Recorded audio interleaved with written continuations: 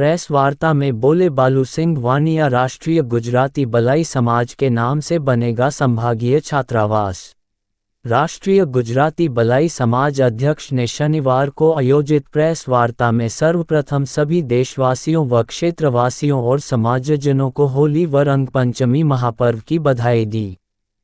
होली महापर्व पर मिलन समारोह के दौरान संगठन की एक प्रमुख मीटिंग का आयोजन किया जाएगा, जिसमें मुख्य रूप से हमारे द्वारा शिक्षा के स्तर को सुधारने के लिए लगातार वृहद स्तर पर प्रयास किए जा रहे हैं।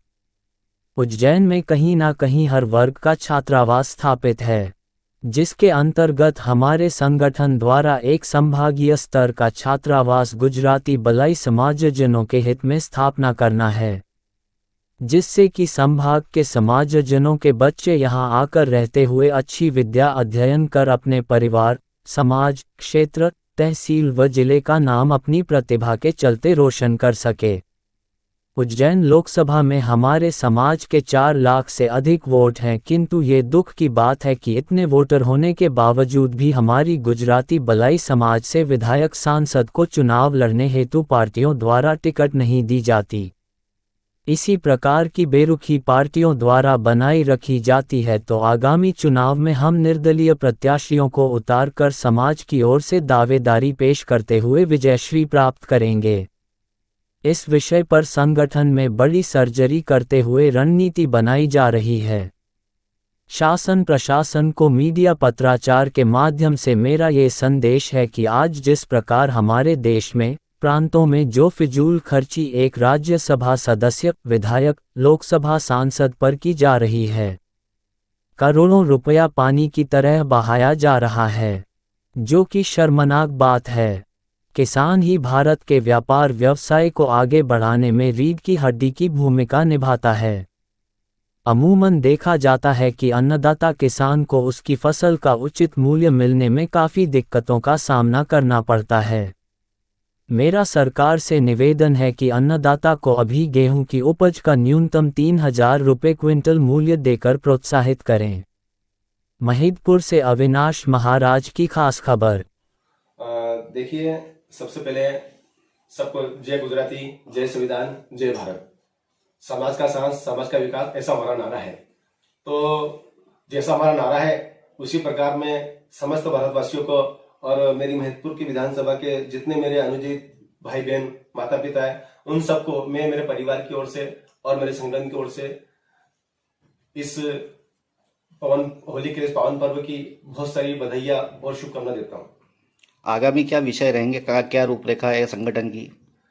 अभी आने वाली जो हमारी रणनीति है, अभी बहुत जल्दी हमारी एक संगठन की मीटिंग होने वाली है। होली के पश्चात होली मिलन समारोह रूप में हम लोग मनाएंगे और हमने अभी शिक्षा पे बहुत ज्यादा ध्यान दिया, फोकस करा है। और अभी हम एक हमारे संभागीय छात्रावास की शुरुआत भी करने जा रहे हैं। और अभी क्योंकि हर वर्ग का कहीं ना कहीं छात्रावास है उज्जैन में, तो उज्जैन सेंटर पड़ता है हमारा, तो हम भी अभी एक राष्ट्रीय गुजराती बलाई समाज के छात्रावास की स्थापना करने जा रहे हैं और बहुत जल्द काम चालू होने वाला है। इस संबंध में कुछ सहयोग मैं करूंगा, बाकी समाज जन के सभी बंधु मिलकर सहयोग करके वहां छात्रावास बनाएंगे, ताकि जो रतलाम, मंदसौर, नीमच, धार से जो लोग आते हैं, हमारे समाज के लोग आते हैं, गरीब वर्ग के लोग आते हैं, वहां आकर अपने बच्चों को अच्छी शिक्षा मिल सके या कॉलेज जा सके।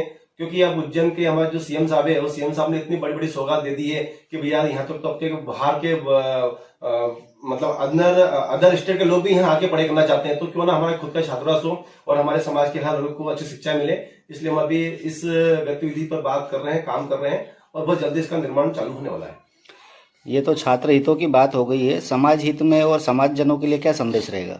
देखिए, पिछले अभी 7 महीने से हम संगठन को जोड़ने का काम कर रहे हैं और हमारे संगठन का नाम है भैया समाज जोड़ो अभियान, हमने नारा भी दिया है। और कहने की हमारी समाज एक विशाल समाज है और हमारी अगर बात करी जाए तो हर समाज से ज्यादा हमारी समाज है।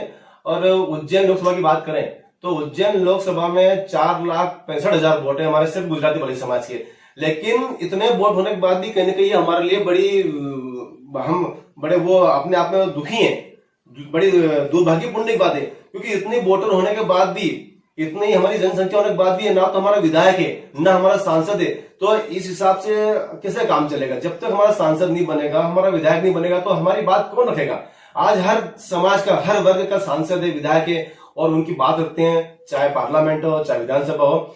लेकिन इस बार हमने भी तय किया है, सारे समाज के लोगों ने मिलकर तय किया गया है कि इस बार जो आगामी विधानसभा चुनाव या लोकसभा चुनाव आ रहा है, अगर इसमें हमारे समाज के किसी बंधु को अगर लोकसभा या राज्यसभा या विधानसभा में अगर उनको टिकट नहीं दी जाती किसी पार्टी से, तो हम पार्टी का विरोध करेंगे और हम खुलेआम निर्दलीय चुनाव लड़ेंगे। और निर्दलीय चुनाव लड़ने के बाद हम उनको जीत के बताएंगे और हमारी ताकत का एहसास कराएंगे। ये हमारी भी रणनीति इस विषय पे चल रही है।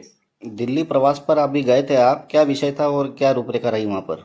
देखिए, दिल्ली में गया था अभी, तो दिल्ली में मेरे बड़े भाई आदरणीय चिराग पासवान जी से मेरी मुलाकात होनी थी, लेकिन मेरी उनसे ज्यादा बात नहीं हो पाई क्योंकि उनको एक अर्जेंट कोई अरुणाचल प्रदेश का दौरा हो गया था, तो वहां वो निकल चुके थे, जल्दी जाना था उन्हें। तो कुछ बात हुई हमारी, और अभी होली के बाद मेरे वापस भाई साहब से मुलाकात है, और भाई साहब से मुलाकात करके मैं भाई साहब के माध्यम से, क्योंकि हर किसी कुछ माध्यम चाहिए बात बताने के लिए, तो यहाँ तो एमपी में कोई सुनता नहीं हमारा भैया, इसलिए डायरेक्ट हम दिल्ली से बात करेंगे।